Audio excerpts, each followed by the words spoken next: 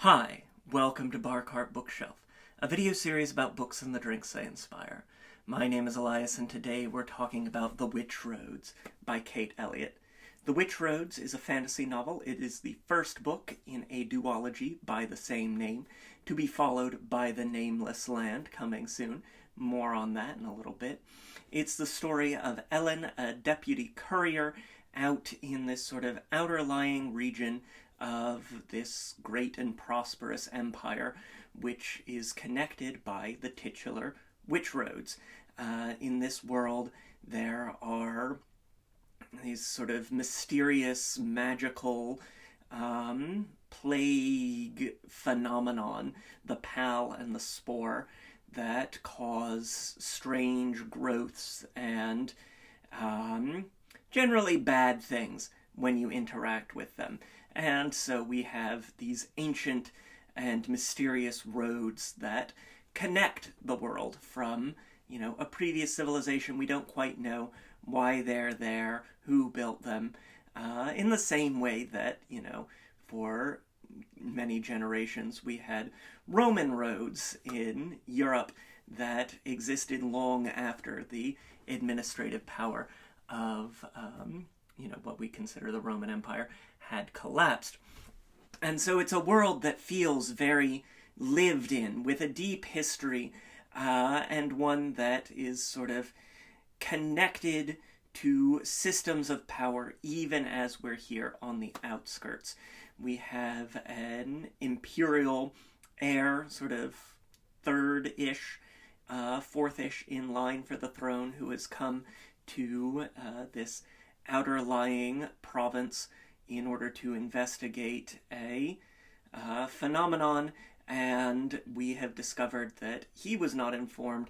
There was an avalanche, the road is closed, we have to go around, and that forces us to interact with some of these great and ancient powers of the world that came before, including a sort of possessing spirit in an ancient spire that has stood for sort of 3,000 years. And it's just like good, classic, epic fantasy right here. Like delicious sort of magic that we don't understand, and it's a hiking book.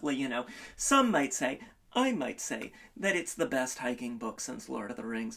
We've got people who actually care about being outdoorsy and being out in the world and being sensible about, moving through rough terrain and this sort of alpining, montane environment. It's just and it builds and builds and builds until you get to the end and you're like, well, where's book two? Where's book two? Where's book two? I need book two. I'm here. I need book two. And so that's why I have waited until here at the end of September, so that by the time you've read book one, you'll be ready for book two, and it'll be there for you. And more on that in just a little bit. So, as I said, it's this story of a journey of exploration. Ellen, this deputy courier, is a really compelling protagonist. She's got secrets of her own. She has a fraught relationship with her trans nephew, who she's sort of raised through his teen years, and is now sort of on the cusp of his adulthood in ways that, haven't always been perfect, but are, fundamentally good. This, loving relationship, that's maternal, yes, but with the freedom that you get from being the aunt who's raising you after your mother's death, compared to being a mother yourself. We have a really sort of specific dynamic between the two of them that's just, so much fun. And this mysterious possessing spirit, and thoughtful world building around way stations and sort of hotel sleeping spots might look like, the differences of class and access to power, and all wrapped up in like cool adventure things where we're figuring out what's going on with this avalanche and why is there a griffin scout who is dead in the mountains, and like that fall environment of things starting to dry out and cool down and that little nip in the air. Just absolutely delicious stuff. And so we had to have a drink. And we're going to start, because it's fall and because it's piney, with some gin. Our drink today is the Deputy Courier, named for the role that Ellen plays. We're going to start with 2 ounces of gin. You want to get a good piney gin with this, something that really like picks up a juniper bush and smacks you with it. I'm using the Shot Tower gin today. It's an American style gin made in Baltimore. We have these towers and spires that sort of loom over the environment, and so it feels especially appropriate since it is a nice, punchy, herbaceous gin for wandering around in these sorts of rugged alpine terrain of the mountains. Having a good pair of boots, just really great stuff. And we had a delicious peach cider in one of these way stations, and so to bring that sweetness, to bring that brightness, to bring that zing, we're going to get 1 ounce of peach shrub. This is a peach syrup made with vinegar.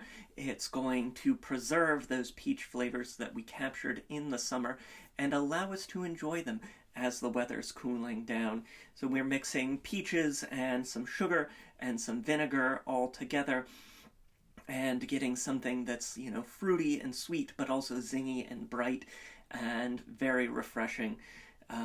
Just a great sort of syrup to play around with in stirred preparations or in shaken.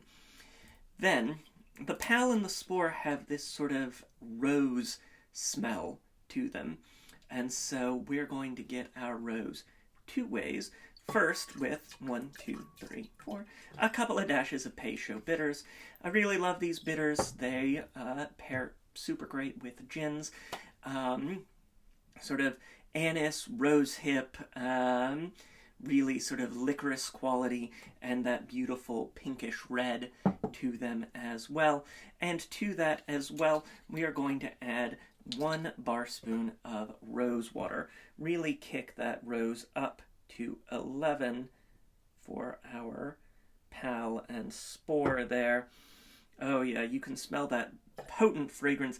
I do recommend pouring that over your jigger instead of over your mixing glass, because with rose water, a little goes a long way. It can very quickly become this sensation of like soap, and we don't want that. We just want that sort of fragrance, that whisper of threat if you step off the road.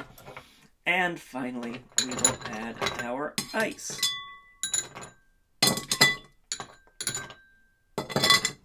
Super. And give that a nice solid stir.